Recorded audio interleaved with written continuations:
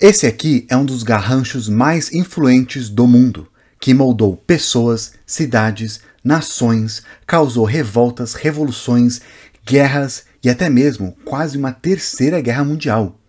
Essa é a única página original do primeiro rascunho do Manifesto Comunista, escrito à mão por Karl Marx, há quase 2 séculos atrás, em 1847. Você amando ou odiando esse cara e tudo que ele escreveu, não pode negar que o comunismo mudou o mundo, para melhor ou para pior. Mas o que é o comunismo? Tem algum país que realmente é comunista ou já foi comunista? Bora descobrir.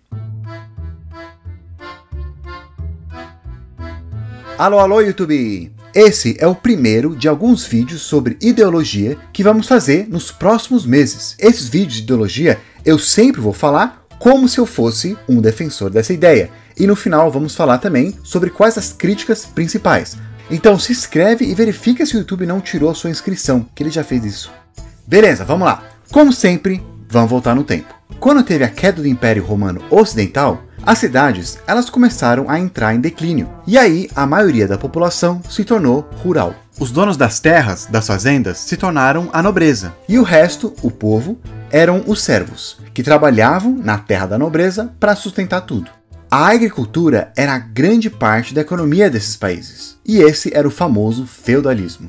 Mas é claro que as cidades não desapareceram 100%. Em volta dos castelos ou fortalezas, tinha algumas vilas, também chamados de burgos. As pessoas que moravam ali não necessariamente eram da nobreza e nem os servos. Eles tinham mercados, feiras, comércio e trocavam coisas entre eles. E por morar nos burgos, começaram a ser conhecidos como os burgueses.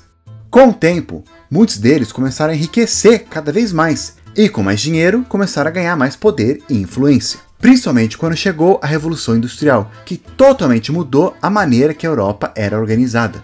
O trabalho agrícola ficou menos importante e as pessoas começaram a voltar a morar nas cidades. E é aí que passamos de vivendo no feudalismo para o capitalismo. Os burgueses agora tinham grandes fábricas e riquezas, e com isso conseguiram ganhar mais voz na política, e começaram a mudar as instituições, que diminuiu o poder da nobreza, dando para eles mesmos.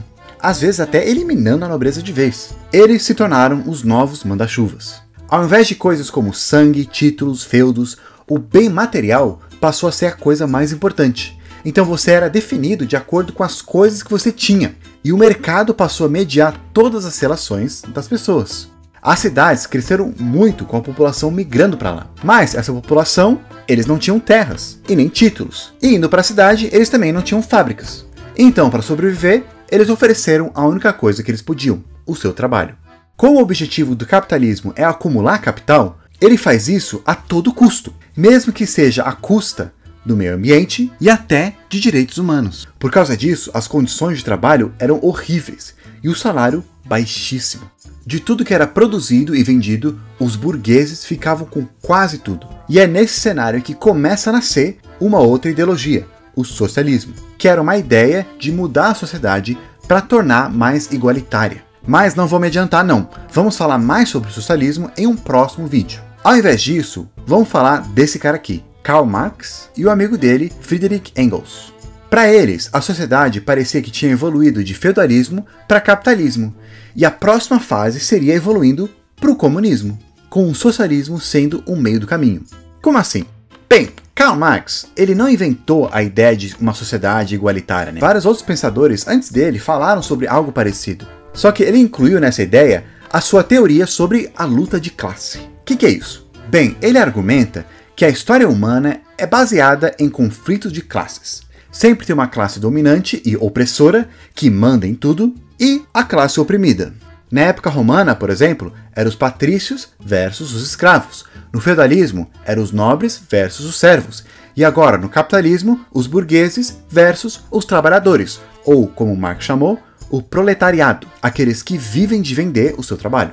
Para Marx e Engels, isso não era uma sociedade justa e ideal ainda, já que os burgueses eram donos de tudo, mas para eles não produziam nada, não faziam nada. Os trabalhadores eram que produziam tudo, só que eles eram donos de nada. Aliás, essa diferença entre o que os burgueses gastavam para produzir as coisas e o que eles ganhavam com as vendas, Marx chamava de mais-valia.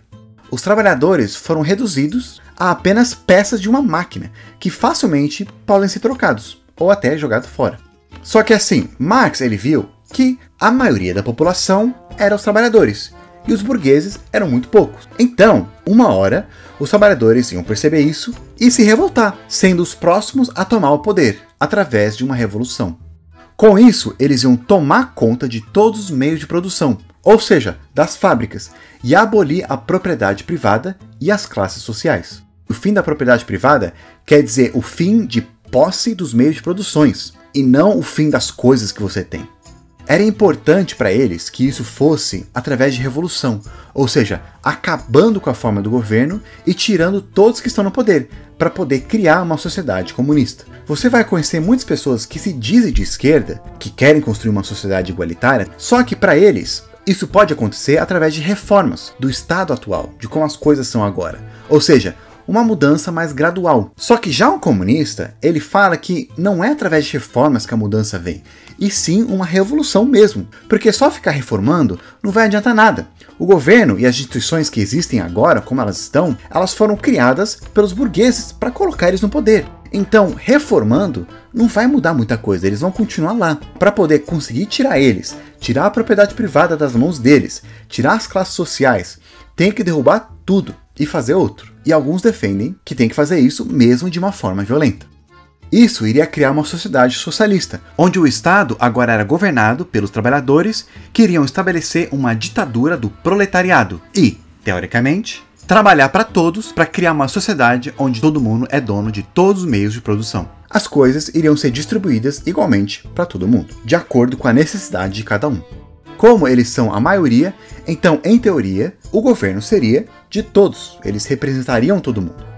Aí depois de conseguirem isso e o Estado conseguir arrumar tudo, a sociedade iria evoluir de novo para o que agora seria o comunismo. Nesse estágio final, todo mundo já é dono de todos os meios de produção. E todo mundo trabalha, e ajudam aqueles que por algum motivo não iam conseguir trabalhar.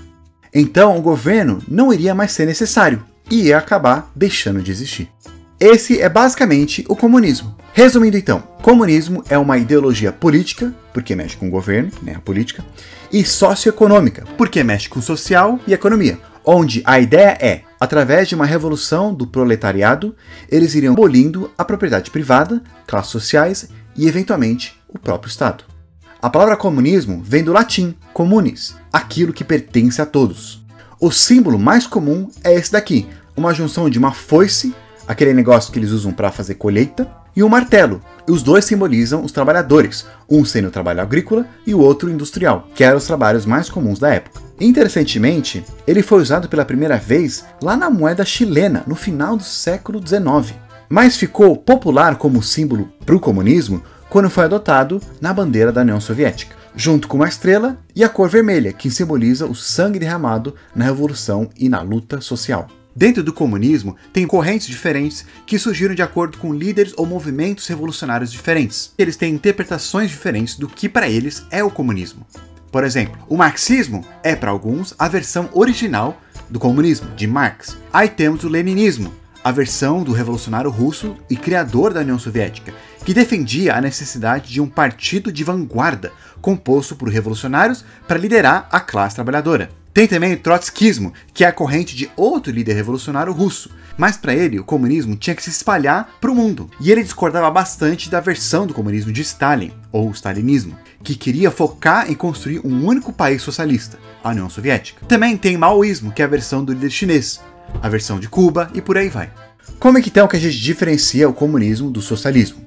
Bem, como a gente viu, os dois querem uma sociedade igualitária, só que um é basicamente mais radical que o outro. Por causa disso, muitas pessoas quando fazem uma linha, eles colocam o comunismo como mais extrema esquerda, porque eles querem alcançar o que eles querem através de métodos mais extremos, O socialismo, ele defende o Estado maior e mais influente, que controla mais coisas. Mas o comunismo, ele defende a abolição do Estado, que nem anarquistas, apesar que muitos discordam de como que a sociedade vai chegar, a não ter Estado. Além disso, como a gente também falou, o comunismo ele defende abolir um monte de coisa. Sem classe social, sem partidos políticos, sem fronteira, sem propriedade privada, sem desigualdade, sem disputa de classe, sem Estado. O socialismo já é mais moderado.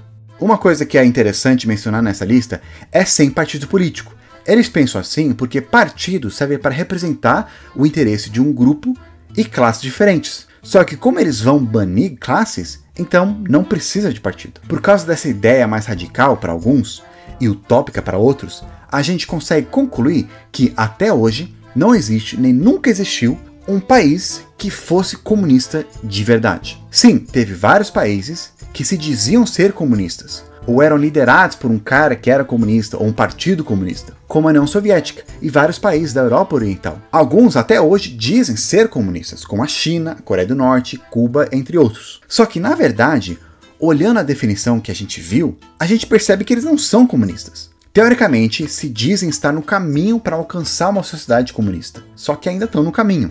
Várias dessas coisas que a gente viu, eles não alcançaram ainda. Ainda existe desigualdade, apesar que muitos deles comentam ser menor que países ocidentais ou que eles combatem melhor.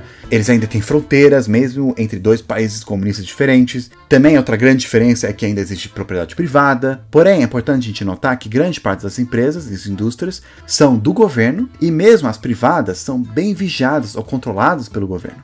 E também ainda existe partido e classes sociais, apesar que só tem um partido dominante, que é o Partido Comunista, e em teoria representa os interesses da classe trabalhadora e todos os membros da sociedade. E o mais óbvio de todos é que ainda existe o Estado.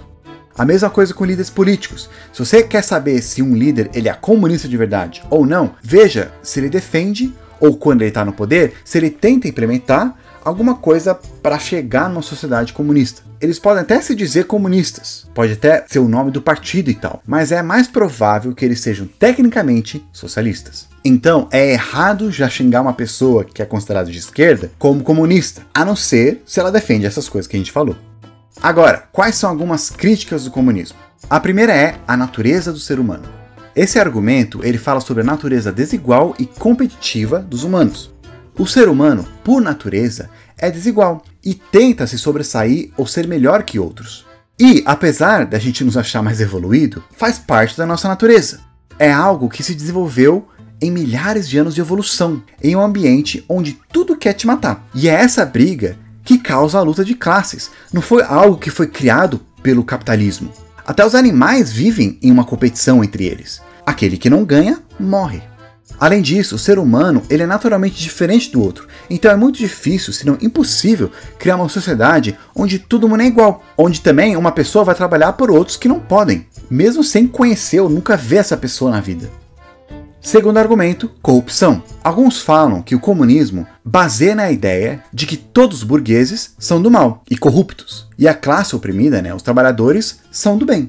Mas a gente sabe que o ser humano é muito mais complexo que isso. E tem gente boa e gente ruim em todos os lugares. Então, se você tirar os burgueses do poder e dar esse poder para os trabalhadores, o proletariado, por que eles não se tornariam corruptos? O que eles têm de diferente que eles vão ficar santinhos?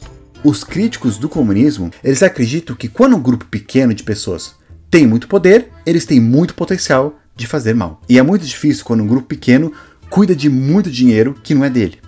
O livro Revolução dos Bichos, de George Orwell, brinca com essa ideia. Ele fala sobre uns animais de uma fazenda que fazem uma revolução para tirar o fazendeiro, que oprime os animais. E aí eles assumem e conseguem controlar e dividir as coisas da fazenda entre eles. Só que com o tempo, os líderes, nesse caso os porcos, começam a ganhar mais poder aos poucos e pegar mais coisa para eles, cada vez mais. Até que, no final, spoilers, eles acabam se tornando os novos fazendeiros. Basicamente, você somente trocou quem são os opressores, mas não tirou a opressão.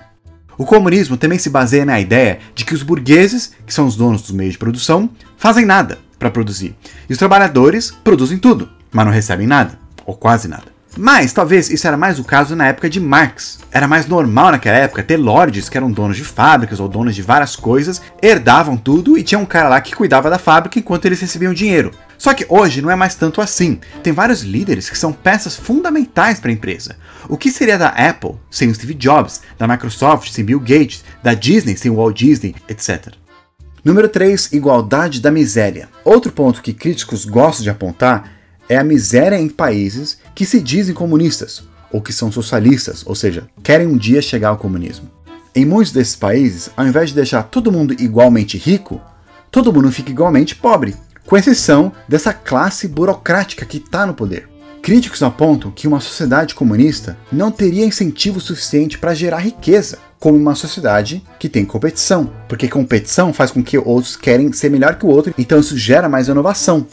Número 4, a utopia que nunca deu certo. Talvez uma das críticas mais comuns que você vai ver é como o comunismo nunca deu certo em nenhum país. É claro que os comunistas vão contra-argumentar falando que nunca foi implementado de verdade, o que é verdade, de acordo com a definição de comunismo que a gente falou. Só que vários países já tentaram ou dizem estar no caminho de implementar o comunismo um dia, mas nunca chegaram lá. Essa evolução que Marx e Engels teorizaram, do capitalismo para o socialismo para o comunismo, nunca aconteceu. E já faz 200 anos que tem essa ideia. Somente chegou no socialismo, onde eles pegaram várias propriedades privadas à força, acabaram com a oposição e criaram um Estado totalitário, sem liberdades individuais e sem igualdade também. O poder ficou concentrado na mão de alguns poucos burocratas, e a sociedade acabou ficando refém desses caras. O negócio é, a partir do momento que os burocratas estão com o poder na mão, eles nunca vão querer largar esse poder. Ou seja, o Estado nunca vai conseguir ir de totalitário para uma sociedade utópica onde não existe Estado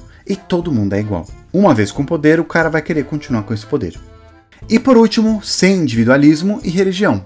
Em um mundo com pessoas naturalmente diferentes, como a gente comentou, não só de atributos, mas também crenças, o Estado governado por uma ditadura do proletariado vai ter que tirar liberdades das pessoas para poder tentar criar essa sociedade igual. Para comunistas também, religião é uma maneira que as classes dominantes usam para controlar as massas e manter o seu poder. O comunismo é uma ideologia mais coletivista, ou seja, se importa mais com o coletivo, ao invés de individualista, que se importa mais com o indivíduo. Então, em prol do coletivo, o Estado vai acabar com o indivíduo e as liberdades individuais das pessoas. E aqueles que não se encaixam devem ser reeducados ou, em alguns casos extremos, eliminados. E essas são as 5 principais críticas. Claro que também tem outras e também tem respostas para essas críticas. Só que aí a gente vai ficar aqui muito tempo. Então não se esquece de checar para ver se a gente já tem outros vídeos de outras ideologias para você poder ver argumentos de outras ideias e também ver as suas críticas. Até o final do ano vamos ter um catálogo de vários vídeos com ideologias diferentes para as pessoas poderem comparar os prós e cons e também poder entender um pouco melhor. É claro que um vídeo de alguns minutos não substitui leituras, que eu vou deixar aqui na descrição, caso você queira se aprofundar mais. Aqui é só uma introdução, só um empurrãozinho. O próximo vídeo dessa série, vamos falar sobre capitalismo.